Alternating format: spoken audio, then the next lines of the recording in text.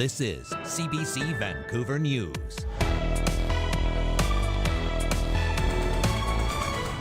We've got people in this community that can't find their kids, that can't find their parents, that can't find people who are missing right now.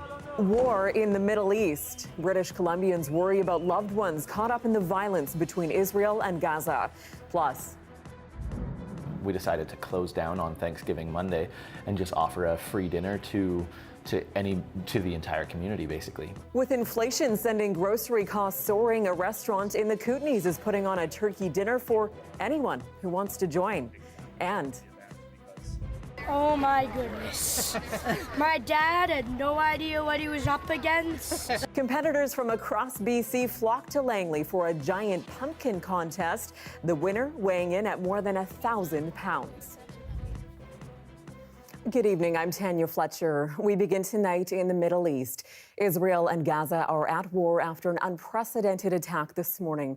At least 200 Israelis were killed, and Israel's response has struck a similar toll now in Gaza. The CBC's Sasha Petrusik looks at the horror that's taken place in a region that's no stranger to conflict. The early morning rocket attacks were surprising enough. A barrage of thousands fired out of Gaza, hitting cities as far as Jerusalem, starting fires and killing dozens in Israel. But what came next stunned a country used to being on alert, an attack far more sophisticated than anything the militant group Hamas has ever launched. Drones dropping grenades, attacks from the sea, and squads of heavily armed militants crossing the fortified border around Gaza. They attacked Israeli army bases, leaving the body of a soldier to be dragged from a burning tank. Others roamed the streets of Israel itself, killing civilians. In Sderot, they were shot in their cars. It's a sea of bodies, he says. It's tragic. Other Israeli civilians and soldiers were captured, dragged back to Gaza as hostages, Israel has confirmed. We are at war, Israeli Prime Minister Benjamin Netanyahu says. We will return fire of a magnitude the enemy has not known. He mobilized the country's many reserves. In Gaza, as captured Israeli army vehicles were paraded, the attack was initially met with a celebration. The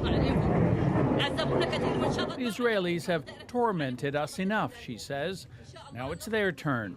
Hamas says recent Israeli crackdowns against Palestinians in the West Bank provoked this attack. But Israeli retaliatory strikes against Gaza quickly followed. They destroyed office towers and targeted militants. Salvos continued into the night in a renewed conflict that is still building. Sasha Petrusik, CBC News, Toronto. Meanwhile, countries around the globe are watching in shock. The CBC's Idil Musa takes us a look at how the world is reacting to what's being called the biggest attack on Israel in decades. Thousands of people took to the streets in Yemen, many waving Palestinian flags. They also gathered in Kuwait in support of Palestinians in Gaza, after Hamas militants launched their biggest attack on Israel in years. But in the West, there was widespread condemnation and declarations of support for Israel, with Canada's Prime Minister tweeting in part that Canada strongly condemns the current terrorist attacks against Israel. These acts of violence are completely unacceptable. We stand with Israel and fully support its right to defend itself. In Berlin, the foreign minister issued a statement saying the German government stands in solidarity at Israel's side, a sentiment echoed by the country's greatest ally. That the United States stands with Israel. While Hamas's attack has left Israel and its allies stunned, one expert says it comes as no surprise. This is not the first episode we've seen of this, and it surely will not be the last if the only answer we have is continued support and enablement of human rights violations and international law violations against Palestinians. Another political expert says Israel's leader may use this moment to galvanize a nation that has been critical of his leadership.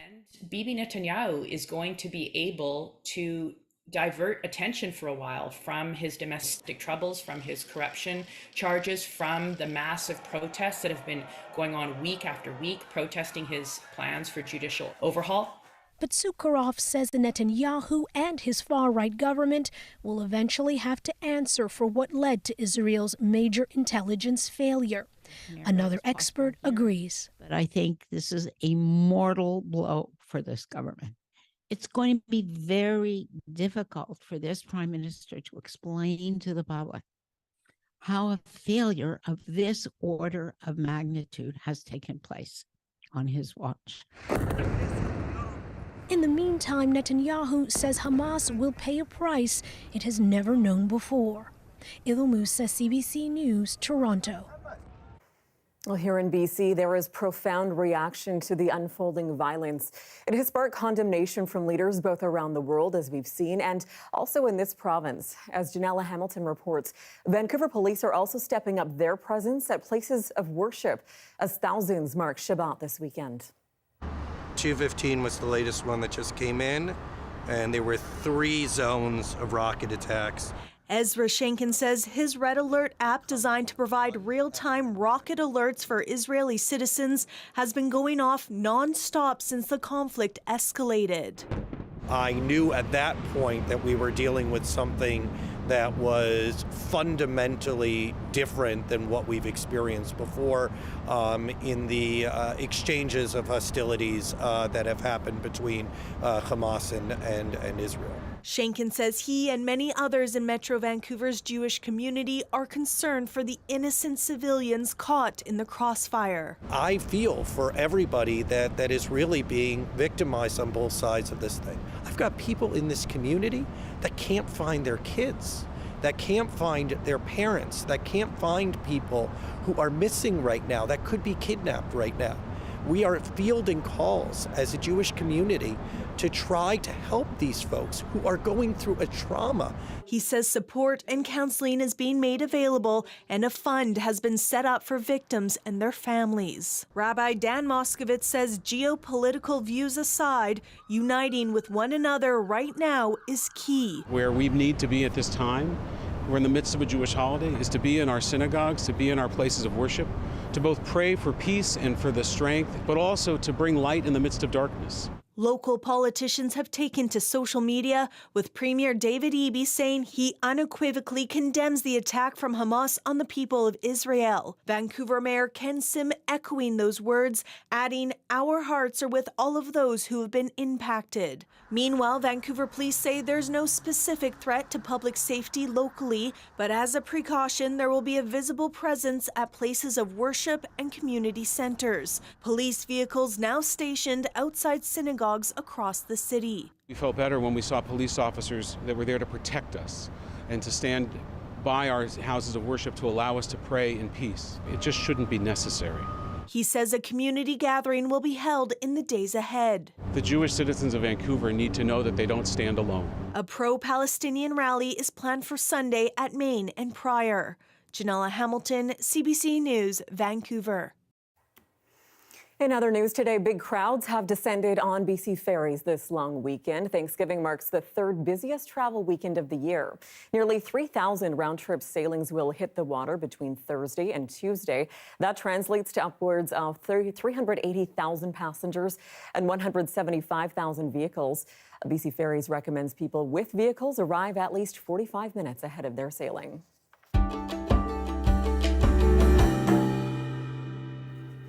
While many people are spending this Thanksgiving with family and friends, staff at a particular restaurant in Cranbrook are volunteering their time to give back. And as our Corey Bullock explains, they're offering a free turkey dinner to anyone looking for community this long weekend. What started as a small gesture has turned into a grand tradition. We didn't know it was going to be an annual event. Of course, at that time, we decided to close down on Thanksgiving Monday and just offer a free dinner to the entire community, basically. Since 2018, the Fire Hall restaurant has hosted a Thanksgiving dinner for the community, free of charge. It's not about just feeding the most in need, but it's just about building that sense of community that this side of the valley just never really had. The restaurant typically feeds between 300 and 500 people, and staff volunteer their time to host the event. And then overall, probably 25, 30 hours worth of like professionals helping.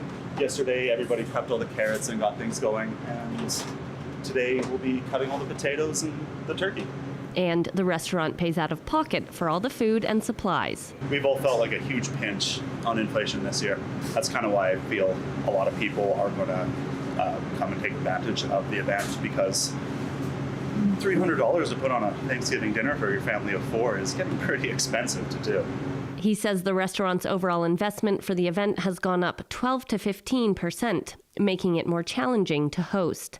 But the staff agree it's an important day. We continue to do it largely because the staff would mutiny if we didn't. It really means a lot to not only us, but everybody. And the staff, I would say they sort of carry the torch on this particular day. Roberts says anyone and everyone is welcome to join, whether it's families with young children or someone away from family. It's about coming together as a community. All of us believe that you get out of life what you put into it. And days like today, I think, we honestly just feel lucky to be a part of. They'll be serving up all of the classics, from turkey and mashed potatoes to pumpkin pie. Corey Bullock, CBC News, Cranbrook. Well, on this Thanksgiving weekend, Sobeys grocery chains are removing turkeys from their shelves and offering refunds, all because those turkeys might be spoiled. Did see a few friends on Facebook that had bought the product and were not happy about it. I'm glad that it came out as a warning earlier rather than later. The stores affected include Sobeys, IGA, FreshCo, Safeway, and Thrifty Foods. They issued a recall for the Sunrise Grade A fresh turkey with a best before date of October 11th. The turkeys come from Surrey-based Sunrise Farms. Health Canada says they were sold across BC, Alberta, Saskatchewan, and Manitoba.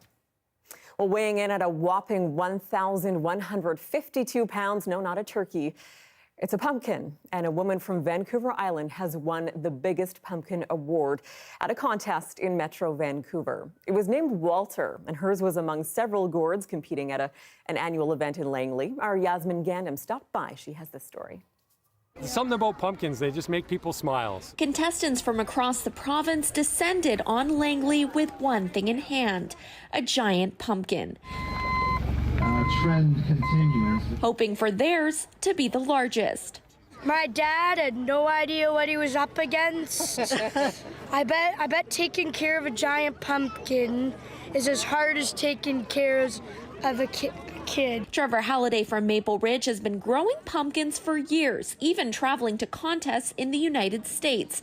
And he'll be competing as the only Canadian in a regatta later this year to row with his pumpkin in hand. I got a second last year. My wife got a third. This year we took 2 down to the States. We got a couple thirds down there. It's been a good year. But it's not all fun and games. Contestants say be prepared to carve out more than just your pumpkin. It's a lot of work. I did 4 this year. I'm up at 4 in the morning, an hour and a half work in the morning. I call these my pumpkin abs. The annual event, organized by Giant Pumpkins BC, the man behind it, once upon a time, a winner himself. Yeah, 2016, I think it was 2014, 15, 16, 17, 18, I think. Yeah, I think it was 7 years in a row. The aim is to showcase local growers and foster community spirit. And it's good to illustrate and show kids a good thing about farming and agricultural, and it's a really great way to connect with kids, right? For people of all ages, it's about more than just the gourd. It's a chance to learn about farming and maybe get some tips to compete in the next challenge. Yasmin Gandam, CBC News, Langley. Well, it may have still felt like summer today, but at Kits Beach, the signs of fall and, yes, Halloween were everywhere with the Wichilano stand-up paddleboarding event. It's hilarious to me to think of random people who don't know what's happening walking on the seawall and looking out and seeing this whole group of witches on the water. The Wichilano event originated in Portland, Oregon, and was brought north of the border by some locals 3 years ago. Organizers also collected food donations for Share Family and community services. If you missed it and want to mark it on your calendar for next year, well, the Wichilano happens on the second Saturday of every October. A Penticton man got a very special gift this week to celebrate his 100th birthday, a private screening of a new documentary that he plays a starring role in. As Brady Strachan tells us, it chronicles the search for a lost steam locomotive and his connection to it. You couldn't see any survivors. So this is the story our wives got. No survivors. You can imagine what the wives were thinking. It's not every day you get to see yourself on the big screen, and for Bill Chapman, it's once in 100 years. Makes me feel old. Chapman is the star of a new documentary called The Last Stop. The film chronicles the story of CPR steam engine 3512 that was lost in Slocan Lake after it tipped off a barge and into the dark waters in 1947. Filmmaker Colton Wilkie set out to find the locomotive, and on the way, he found Chapman, the last surviving member who was with the train the night it sank. We finally had a witness who was there that night who could tell us what geographical features he saw when it went down, where he thought it went, and just also what happened to him and the crew that night. Set in the Slocan Valley, the film explores the history of the region and the importance of the railway to the mining community.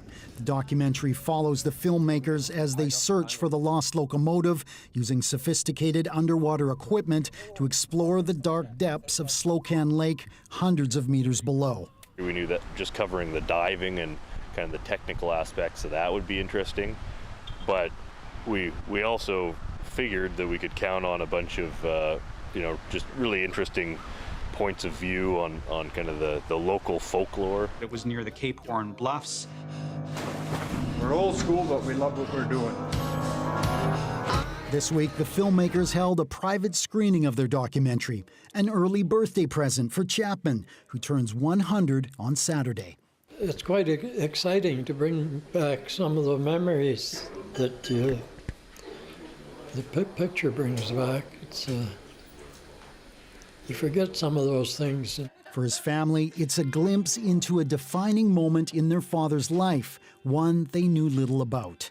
We got the soft side because we didn't know any of the perils involved, really, as children. Trying to squeeze stories out of me, aren't you? Yes, we are. It's what a marvelous opportunity. And for Chapman, this small taste of stardom feels good, something he says he could get used to. You want to do it again, you say? Yeah. Okay, but I'm willing. Yeah, there you go. Brady Strachan, CBC News, Penticton.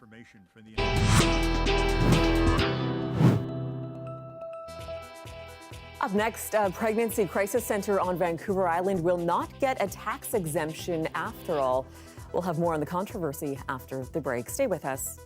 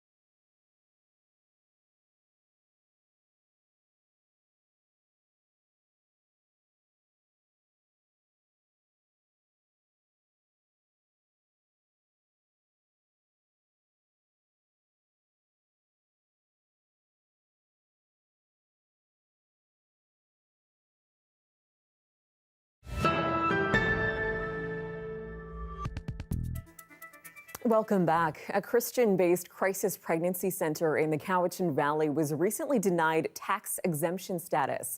House of Grace is the first to ever be denied in that municipality. The organization says it believes it's because of their religious beliefs, but says they don't counsel women against having an abortion. Women about their choices and give them the liberty to choose according to their own values, and we provide them with a safe space at House of Grace. In a city council meeting, some people had expressed concerns about the services the organization provides, questioning whether they were duplicating services already offered through the public health system. It's not medically informed and entirely, in my perception, accurate. They have the right, of course, to exist and do what they wish, but that does not mean that my tax money should go to support it. The decision not to approve the tax exemption passed by only one vote. The mayor, who voted against the exemption, will be reviewing all 70 organizations now that are currently approved for it. He says the exemptions are costing taxpayers more than $600,000 a year. Well, still on the island, travelers from around the world are singing the praises of our province's capital. Victoria has topped an award-winning travel magazine's list of the world's best small cities. This is actually voters from over 500,000, Condé Nast readers. So it's really, really credible. It's, it's a large sample size, and it's real travelers, people who are passionate about travel. So that's wonderful news for us. Victoria was the only Canadian city to make the Condé Nast Travelers 2023 Reader's Choice list. The magazine also said Victoria's restaurant and nightlife is something to be celebrated. Here is a live shot of BC Place all lit up on this Saturday night. It sure was a gorgeous start to the long weekend. We'll see just how long that sunshine will last, though. Well, time out your 5-day forecast coming up next.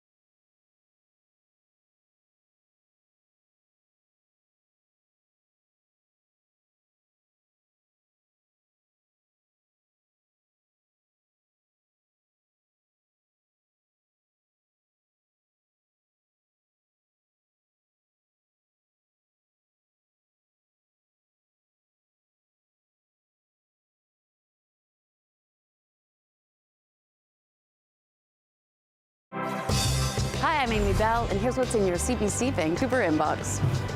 On October 20th, join CBC Vancouver's Leanne Young at the Big Sisters Soiree Gala, an evening for the community to come together celebrating mentorship and resilience of youth.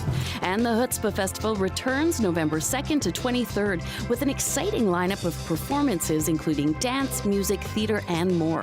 Festival tickets at chutzpahfestival.com.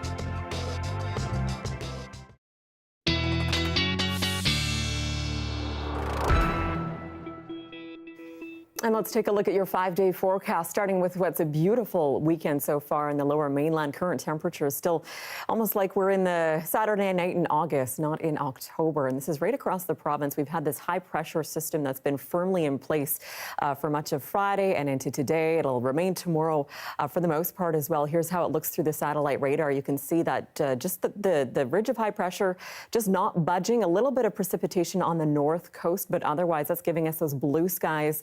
Very clear conditions and warm temperatures, almost summer-like across BC. Look at this for tomorrow, still in the 20s across most of the province and through the Kootenays and through the Okanagan, much of the interior, even up north of Fort St. John. 22 for tomorrow. Look at all that sunshine on the south coast as well. And then as you hit to the central and northern coast, that's where it starts to break down a bit, giving us those cooler temperatures, a little bit of precipitation, and that is what is coming for the south coast. Here's the 5-day forecast from our Metro Vancouver. Enjoy the sunshine tomorrow for your Thanksgiving Sunday. Holiday Monday is when we'll start to see kind of that more seasonal system move in. By the way, average temperature for Vancouver this time of year, 15 degrees for the daytime high, 7 degrees for the overnight low. So still a little bit warmer than when we usually are this time of year, but that precipitation will persist through most of the work week, and then we should settle out a bit for next weekend. And that is your late news for this Saturday, October 7th. For news anytime, anywhere, you can download the free CBC News app, and you can always find us online. We're at cbc.ca/BC. Thank you so much for joining us. Have a great night.